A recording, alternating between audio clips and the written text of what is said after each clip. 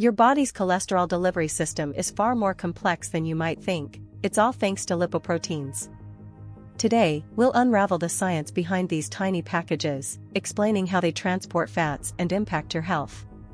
Lipoproteins are essentially vehicles, shuttling fats, cholesterol, and triglycerides through your bloodstream. Since fats don't dissolve in water, lipoproteins encapsulate them, allowing for safe transport throughout the body, vital for energy and cell function. There are several types, with LDL, or bad cholesterol, delivering fats to cells. However, sometimes LDL deposits in artery walls, contributing to plaque buildup. HDL, or good cholesterol, acts a cleanup crew, retrieving excess cholesterol and returning it to the liver for processing. Interestingly, smaller, denser LDL particles are more harmful than larger ones. This is because they penetrate artery walls more easily, accelerating plaque formation. We'll explore how lifestyle choices influence lipoprotein size and function in our next video. VLDL lipoproteins primarily transport triglycerides, another type of fat.